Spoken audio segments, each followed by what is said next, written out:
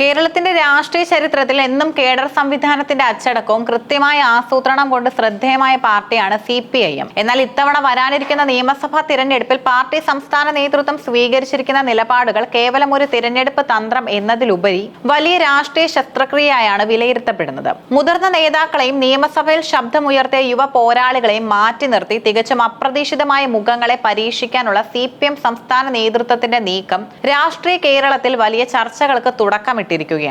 ഇടുക്കിയിലെ ഹൈറേഞ്ച് രാഷ്ട്രീയത്തിൽ ആശാൻ എന്ന് വിളിക്കപ്പെടുന്ന MM മണി സ്ഥാനാർത്ഥി പട്ടികയിൽ ഇല്ല എന്ന വാർത്ത അണികളെ സംബന്ധിച്ചിടത്തോളം അവിശ്വസനീയമാണ്.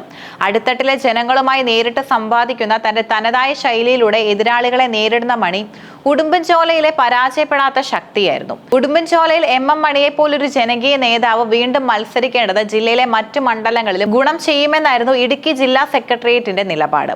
ഹൈറേഞ്ച് മേഖലയിലെ തോട്ടം തൊഴിലാളികൾക്കിടയിലും കർഷകർക്കിടയിലും മണിക്കുള്ള സ്വീകാര്യത വോട്ടായി മാറുമെന്നും അവർ കരുതി. എന്നാൽ പ്രായപരിധിയും പുതുമുഖങ്ങൾക്ക് അവസരം നൽകുക എന്ന പാർട്ടി നയവും ഉയർത്തിക്കാട്ടി സംസ്ഥാന നേതൃത്വം ഈ ആവശ്യം തള്ളി. പകരം CPMന്റെ മറ്റൊരു മുതിർന്ന നേതാവായ KK ചന്ദ്രനെ ഉടുമ്പൻചോലയിൽ സ്ഥാനാർത്ഥിയാക്കാൻ തീരുമാനിച്ചു.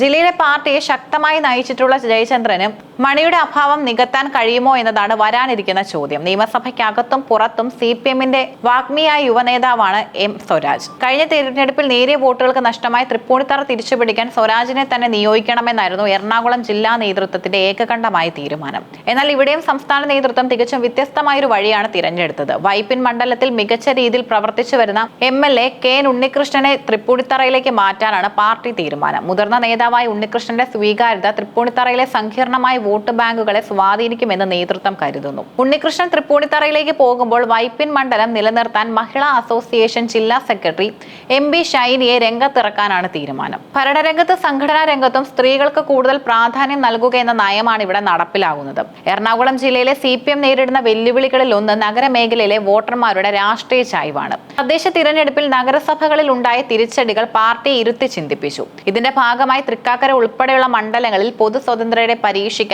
പാർട്ടി ആലോചിക്കുന്നു. രാഷ്ട്രീയത്തിന് പുറത്തുള്ള സാംസ്കാരിക നായകരെയോ സാമൂഹിക പ്രവർത്തകരെയോ സ്ഥാനാർത്ഥികളാക്കുന്നതിലൂടെ മധ്യവർത്തി വോട്ടുകളെ സ്വാധീനിക്കാൻ കഴിയുമെന്നാണ് CPM കണക്കുകൂട്ടുന്നത്. കൊച്ചി മുൻ മേയർ അനിൽകുമാർ ഉൾപ്പെടെയുള്ളവരെ പരിഗണിക്കാതെ ഇത്തരം സ്വതന്ത്ര പരീക്ഷണങ്ങളിലേക്ക് നീങ്ങുന്നത് വലിയ റിസ്ക് ആണെങ്കിലും മാറ്റം അനിവാര്യമാണെന്ന് നേതൃത്വം വിശ്വസിക്കുന്നു. ശക്തരായ നേതാക്കളെ മാറ്റി നിർത്തി പുതിയ മുഖങ്ങളെ കൊണ്ടുവരുന്നതിന് പിന്നിൽ കൃത്യമായ ചില ലക്ഷ്യങ്ങൾ പാർട്ടിക്കുണ്ട്.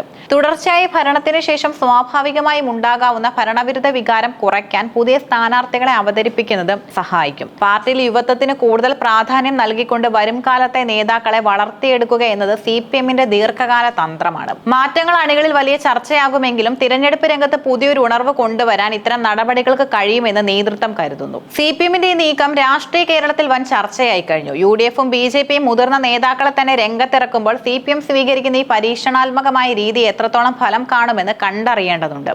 MM മണിയെ പോലൊരു നേതാവിനെ മാറ്റി നിർത്തുന്നത് ഹൈറേഞ്ച് മേഖലയിൽ പാർട്ടി വോട്ടുകളിൽ ചോർച്ചയുണ്ടാക്കുമോ എന്ന ആശങ്കയും ഒരു വശത്തുണ്ട്. എന്നാൽ പാർട്ടി തത്വങ്ങൾക്കും തീരുമാനങ്ങൾക്കും വ്യക്തികളെക്കാൾ പ്രാധാന്യം നൽകുന്ന CPM ശൈലിയുടെ ഭാഗമാണിതെന്ന് അനുകൂലിക്കുന്നവർ വാദിക്കുന്നു. വരാനിരിക്കുന്ന ദിവസങ്ങളിൽ ചേരുന്ന പാർട്ടി സെക്രട്ടേറിയറ്റ് യോഗത്തോടെ ഈ പട്ടികയ്ക്ക് അന്തിമ രൂപമാകും. വ്യക്തിപരമായ ജനപ്രീതിയേക്കാൾ പാർട്ടിയുടെ സംഘടനാ സംവിധാനത്തിലും പുതിയ പരീക്ഷണങ്ങളിലും വിശ്വസിക്കുന്ന CPMന്റെ ഈ സ്ഥാനാർത്ഥി വിപ്ലവം കേരള രാഷ്ട്രീയത്തിൽ വിജയിക്കുമോ അതോ തിരിച്ചടിയാകുമോ എന്നത് തിരഞ്ഞെടുപ്പ് ഫലം നിശ്ചയിക്കും. കേരളം കാത്തിരിക്കുന്നത് വൻ മാറ്റങ്ങളാണെന്ന സൂചനയാണ് CPMന്റെ ഈ കരുനീക്കങ്ങൾ നൽകുന്നത്.